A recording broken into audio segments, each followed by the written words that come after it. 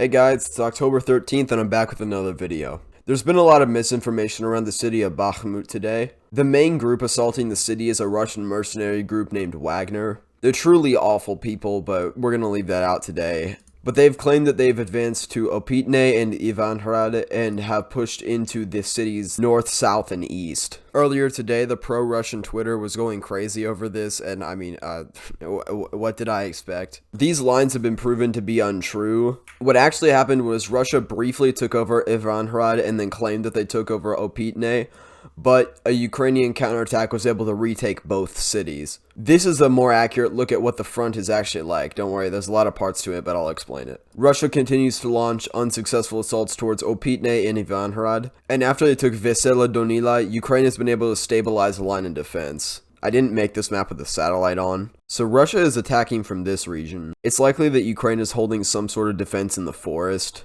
Ukraine can probably hold a line along this road. There's probably some trench networks which haven't updated on the satellite map yet. But overall, it appears like Ukraine should be able to hold this position, even though it is pretty tenuous to hold it. Moving further past this terrain would be difficult to attack. Ukraine could pretty easily defend these lakes, as well as there is a small river and a small lake outside of this region, which would be useful to contain some Russian attacks from this region. This river is pretty thin, but it's better than not having a river here at all. 65. Oh shit, wait, now that's big as hell. What? I'm probably going a bit too in depth here, but the green region is where it's 128 feet or 39 meters. The cyan is where it's about 96 feet or 29 meters. The blue is where it's about 64 feet or 19 meters. And the purple is where it's 32 feet or 9 meters. Holding at this small river isn't a permanent solution, but it will be useful for temporarily containing attacks from this direction. And south from here, the river only gets smaller. Alright, I think the satellite map is probably better for this anyway. The only place where Russia really is into Bakhmut is the eastern outskirts of this region along here. Ukraine can use the lake again to capture any assaults from this side, which makes it so they have to go around this way. But overall, Ukrainian defense is holding in this region. This gray area, this gray line, is an approximation of where we think that they are, but they could be anywhere from here to all the way here. But it's likely that they haven't entered any residential areas yet. One thing that this satellite map isn't going to show is the trenches in the region. Satellite maps update pretty infrequently because it takes like a ton of time to get a whole image of the globe. Ukraine has been holding pretty well in the assaults from the Pokrovsky region.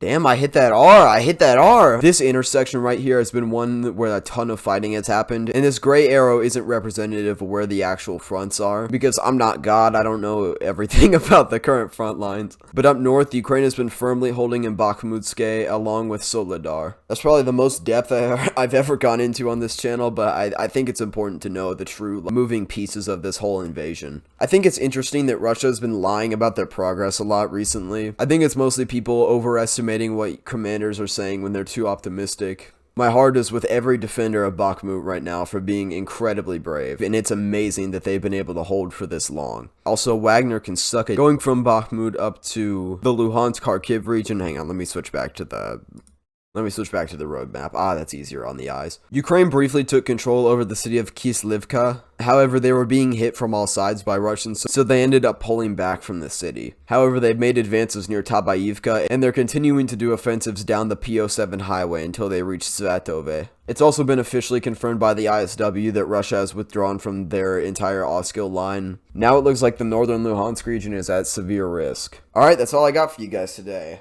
I pray for the defenders of Bakhmut, and I've got a good feeling.